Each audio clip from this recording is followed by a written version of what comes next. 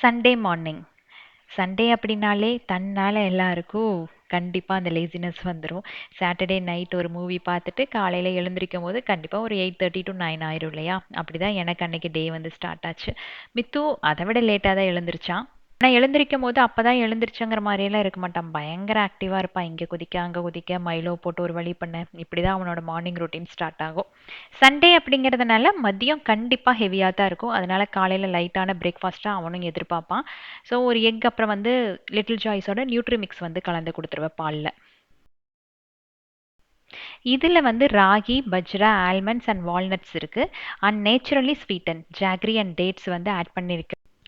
ஒரு ஒரு சர்விங்க்கும் 9 gram of protein இருக்கு. ஸோ அதனால ஃபுல் டே அவனை ஆக்டிவா வச்சுக்கும்.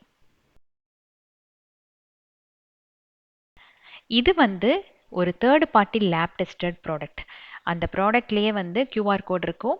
அதில் நீங்கள் ஸ்கேன் பண்ணி பார்த்தீங்கன்னா ப்ராடக்ட் பற்றின டீட்டெயில்ஸ் எல்லாம் தெரியும். ஸோ ஆஸ் அ பேரண்ட்டாக உங்களுக்கு ஒரு பீஸ் ஆஃப் மைண்டும் கிடைக்கும். அவ்வளோதான், சிம்பிள் அண்ட் ஹெல்த்தியான ஒரு பிரேக்ஃபாஸ்ட்டு சாப்பிட்டு முடிச்சுட்டு மறுபடியும் மித்ரன் பேக் டு ரொட்டீனுக்கு போயாச்சு. அந்த ஆக்டிவ்னஸ் மறுபடியும் ஸ்டார்ட் ஆயாச்சு.